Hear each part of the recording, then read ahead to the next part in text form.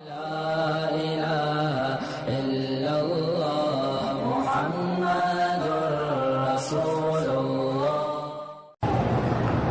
سیدنا امیر المومنین عمر بن الخطاب رضی اللہ تعالی عنہ کے دور میں آپ کے زمانے خلافت میں ایک عورت آئی. اس وقت تو پھر یہی ہوتا تھا نا جی کہ وہی مسجد نبی ہے، وہی عدالت ہے، وہی سپریم کورٹ ہے، وہی ہائی کورٹ ہے، وہی عسکری ہیڈ کوارٹر ہے، وہی سب کچھ جو کچھ ہے مسجد میں ہوتا تھا. اور خلیفۃ المسلمین خود مسجد میں بیٹھ کر نماز کے بعد، ہاں بھائی کسی کو کوئی تکلیف ہے؟ ہاں آج تو جی کسی حاکم کو ملنا جو ہے وہ ایسا مشکل ہے، اللہ معاف کرے. کیٹو پہاڑ پہ چڑھنا آسان ہے، کسی افسر کو ملنا مشکل ہے. سوال ہی پیدا نہیں ہوتا. انگریزوں نے ایسا پٹی پڑھائی ہے، ایسا سبق پڑھایا ہے کہ ان کو عوام کے ساتھ ملنے ہی نہیں دیتے کہ بھی ان سے فاصلہ رکھو ورنہ تمہارا روب ختم ہو جائے گا.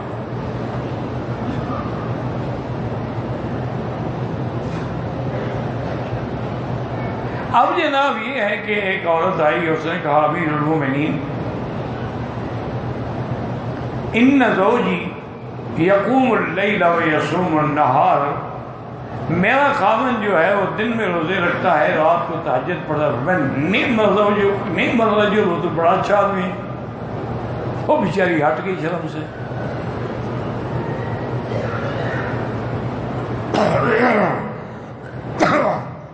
حضرت ابن عباس کے ایک روایت میں حضرت کعب بیٹھے تھے، ابی ابن کعب.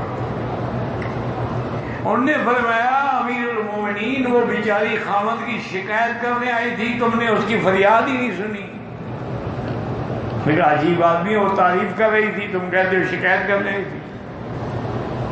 انہوں نے کہا جناب وہ کہہ رہی تھی کہ حضرت صاحب صوفی ہو گئے ہیں، دن میں روزے رکھتے ہیں، رات کو تہجد پڑھتے ہیں، میرے حق کون ادا کرے گا؟ کہنے لگے اچھا یہ بات تھی، میں سمجھا نہیں. ان کو بلا کے فیصلہ بھی تم خود کرو. انہوں نے اس کے خاوند کو بلایا اور پوچھا کہ بھائی یہ تمہاری بیوی ہے، اس نے یہ شکایت کی ہے، ٹھیک ہے؟ اس نے کہا حضرت شکایت نہیں ہے، تھوڑی سی زندگی کے دن رہ گئے ہیں، میں کہتا ہوں جتنا ہو سکے اللہ کے عبادت میں گزاروں. انہوں نے کہا تو بیوی کے حقوق پھر کون ادا کرے گا؟ طلاق دے دو تاکہ وہ بیچاری کوئی اور شوہر تلاش کرے. انہوں نے کہا اچھا جی گزارش یہ ہے کہ کیا ہمیں اللہ کا دین یہ بھی پابند کرتا ہے کہ اتنا حق عورت کا ہے؟ یہی ہے نا کہ حسن سلوک کرو، عاشروہن بالمعروف. یہی ہے نا وَلَهُنَّ مِثْلُ الَّذِي عَلَيْهِنَّ، ان پہ بھی وہی حقوق ہیں جو مردوں کے حقوق ہیں. لیکن یہ تو نہیں لکھا ہوا نا کہ لازمی ہر حال میں خاوند میں بیوی سے ملنا بھی ہے. حضرت مسکرائے فرمایا اچھا تم نے قرآن نہیں پڑھا؟ کہا جی قرآن میں یہ مسئلہ لگا، قرآن میں تو ہے. وہ حیران ہو گئے کہ قرآن میں یہ مسئلہ ہے کہ آدمی کو عورت کے پاس کتنی راتوں کے بعد جانا چاہیے. انہوں نے کہا حضرت میں تو، انہوں نے کہا چاہیے بتاؤ ایک آدمی بیک وقت نکاح میں کتنی عورتیں رکھ سکتا ہے؟ انہوں نے کہا جی 4. فَانْكِحُوا مَا طَابَ لَكُم مِّنَ النِّسَاءِ مَثْنَىٰ وَثُلَاثَ وَرُبَاعَ. تو اس لیے حضرت حیران، انہوں نے کہا جی 4 بیویاں رکھ سکتا ہے. انہوں نے کہا اچھا 4 بیویاں اگر ہوں تو ہر رات جو ہے ایک کے بعد جائے گا دوسرا، دوسری کے بعد تیسرا، تیسری رات چوتھی، تو ہر بیوی کا چوتھی رات حق آئے گا نا. پھر روزانہ جو ایک کے بعد رات گزارے، ایک رات ادھر ایک ادھر ایک ادھر ایک ادھر، تو سب معنی یہ ہے کہ 4 راتوں کے بعد اس کا نمبر آتا ہے. تو 3 راتیں تم عبادت کیا کرو اور چوتھی رات بیوی کا حق ادا کیا کرو.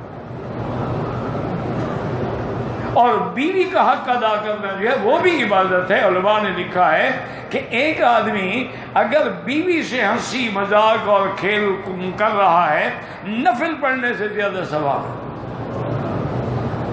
نفل پڑھنے سے اس کے درجات بلند ہوں گے اور بیوی کے ساتھ پیار کرنے سے وہ جہنم کی عذاب سے آزاد ہوگا آگ سے. کیوں جب اپنی بیوی حلال کے رزق سے سب کچھ مل جائے اس کو حرام میں منہ مارنے کی کیا ضرورت ہے؟ یہ جتنے لوگ اکثر باہر جاتے ہیں نا 80% عورتیں بھی ذمہ دار ہیں. وہ جب ان کو خوش نہیں رکھتی انہیں بھی باہر جا کے منہ مارنا ہوتا. خواہش تو پوری کرنی ہوتی ہے نا انہیں. اگر بیوی خوش رکھے تو اس کو کالے کتے نے کاٹا ہے کہ وہ دوسری عورت کے پاس جائے گا.